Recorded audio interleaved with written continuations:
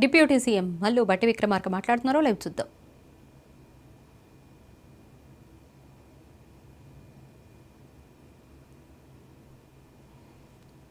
వర్గాలు కావచ్చు, చదివించుకోవడానికి స్తోమత లేనటువంటి కుటుంబాలు అయి ఉండొచ్చు, వాళ్ళకు కూడా ఈ సమాజంలో మంచి ఇంగ్లీష్ మీడియంతో పాఠాలు చెప్పించాలనేటువంటి తపన ప్రజాప్రతినిధులుగా ఉండటానికి నిజంగా ఆ నియోజకవర్గ ప్రజల అదృష్టం అని చెప్పి దాన్ని ఉదాహరిస్తూ నేను మీకు చెప్తా ఉన్నాను. అటువంటి ఆలోచన కలిగిన ఇద్దరు శాసనసభ్యులు ఈరోజు మీకు దొరకటం అదృష్టంగా నేను భావిస్తూ, మంత్రిగా వారికి అపారమైనటువంటి అనుభవం ఉంది. జల వనరుల పైన రాష్ట్రంలో 10 ఏళ్లు టీఆర్ఎస్ ప్రభుత్వం సర్వనాశనం చేశారు ఇరిగేషన్ పైన.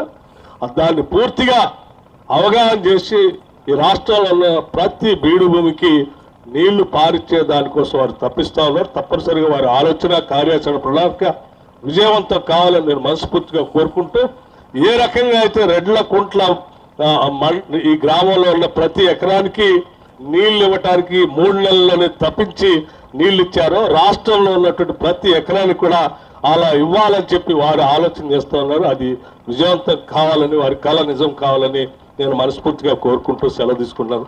జై హింద్, ధన్యవాదాలు, నమస్కారం.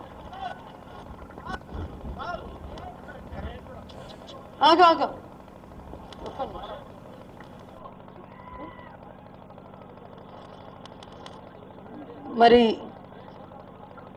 ఇక్కడ బట్టి గారికి ముఖ్యంగా మా అందరి తరఫున సార్, మా నియోజకవర్గ ప్రజల తరఫున మీకు మేమందరం కూడా అందరి తరఫున నేను ప్రత్యేక తెలియజేస్తున్నాను. మీరు ఆ రోజు అసెంబ్లీలో మన తెలంగాణ ఆర్థిక పరిస్థితి చెప్తే మా అందరికీ కూడా నిజంగా భయమైంది.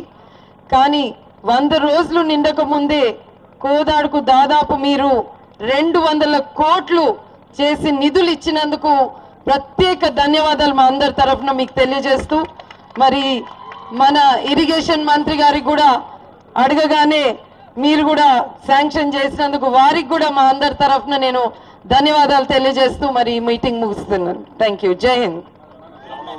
సార్, జస్ట్ రెడ్లకుంట్ర గ్రామం మీరు లిఫ్ట్ ఇరిగేషన్ ఇచ్చిన ఒక సన్మానం సార్. ఓన్లీ సన్మానం రెడ్లకుంట వారు రండి,